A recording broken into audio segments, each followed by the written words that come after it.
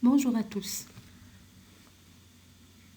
Dans la présente puce, je vous présente la solution de deux petits exercices proposés pour la micro-interrogation. Le premier exercice porte sur la structure de l'ADN. Une molécule d'ADN double brun contient 600 000 paires de bases. Combien de nucléotides contient-elle? Combien compte-t-elle de tours d'hélice? Quelle est sa longueur? Si cette molécule d'ADN contient 74% de couple GC guanine-cytosine, quels sont les pourcentages des 4 bases adénine, thymine, guanine, cytosine de cette molécule? Deuxième exercice concerne le TP. Quelle est la quantité d'un produit X en milligrammes qu'on doit peser pour préparer 500 ml d'une solution à 0,5 millimolaire? La formule de X est C6H8SO4, sachant que le poids moléculaire du carbone est égal à 12, de l'hydrogène est égal à 1, de l'oxygène est égal à 16 et du soufre est égal à 32.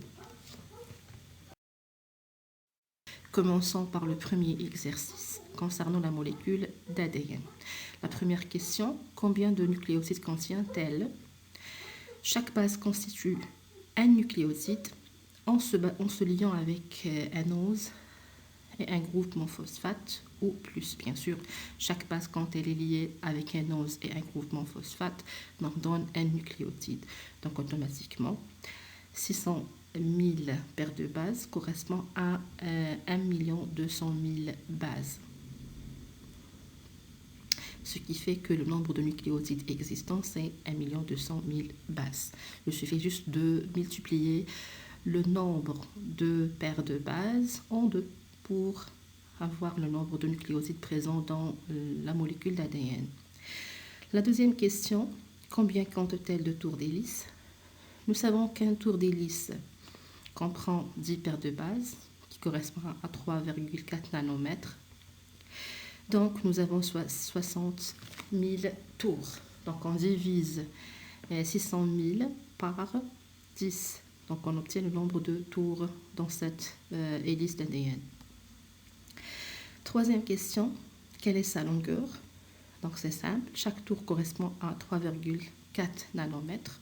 Automatiquement, on va multiplier le nombre de tours par la longueur d'un seul tour. Donc, 60 000 fois 3,4 équivalent à 204 10 puissance 3 nanomètres. Toujours avec le premier exercice. Passons maintenant à la quatrième question. Si cette molécule d'ADN contient 74% de couple GC, quels sont les pourcentages des 4 bases? Donc, G plus C est égal à 74 automatiquement. Le nombre de guanine égale au nombre de cytosine présent dans la molécule. Donc, le total divisé par 2, ça donne 37%. Concernant le nombre de l'adénine avec la thymine, donc 100% moins 74% est égal à 26%. Automatiquement, nous avons l'adénine, il se lie avec la thymine, donc ils ont des proportions égales plutôt. Donc, le pourcentage de l'adénine égale au pourcentage de la thymine égale à 13%.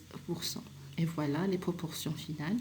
La guanine à 37%, l'adénine à 13%, la cytosine 37% et la thymine 100%. Passons maintenant à l'exercice du TP. Quelle est la quantité d'un produit X en milligrammes qu'on doit peser pour préparer 500 ml d'une solution à 0,5 millimolaire? La formule de X est donnée ci-dessous.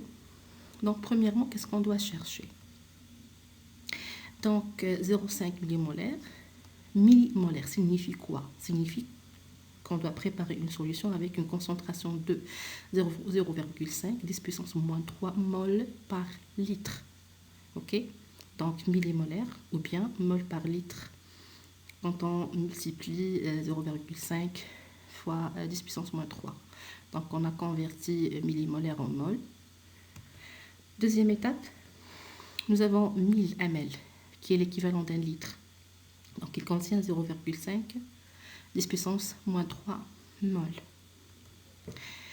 Nous avons l'équation qui donne le nombre de moles est égal petit m qui est la masse, divisé par grand M qui est la masse molaire en grammes par mol. Donc, ce qui signifie que la masse qu'on doit peser en grammes égale au nombre de moles multiplié par la masse molaire. Donc, automatiquement, on doit calculer la masse molaire du produit donné, sachant que M, la masse molaire du produit donné, est égale à 12 fois 6 à partir de la formule, bien sûr, et les différents poids moléculaires des atomes constitutifs du produit. Donc, après les calculs, on trouve que le poids moléculaire de ce produit est égal à 176 grammes par mol.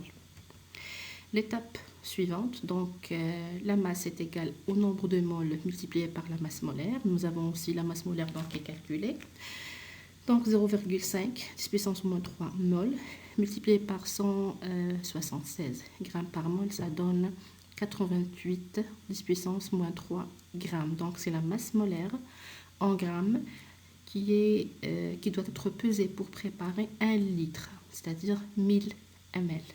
Mais ce qui est demandé, c'est de préparer une solution de 500 ml avec une concentration de 0,5 millimolaire. Automatiquement, on doit diviser uniquement la quantité obtenue pour 1000 ml par 2 et on obtient 44 mg. Donc, on doit peser 44 mg. On doit la dissoudre dans 500 ml pour obtenir une solution à une concentration de 0,5 millimolaire, c'est-à-dire millimol par litre. Et je vous remercie.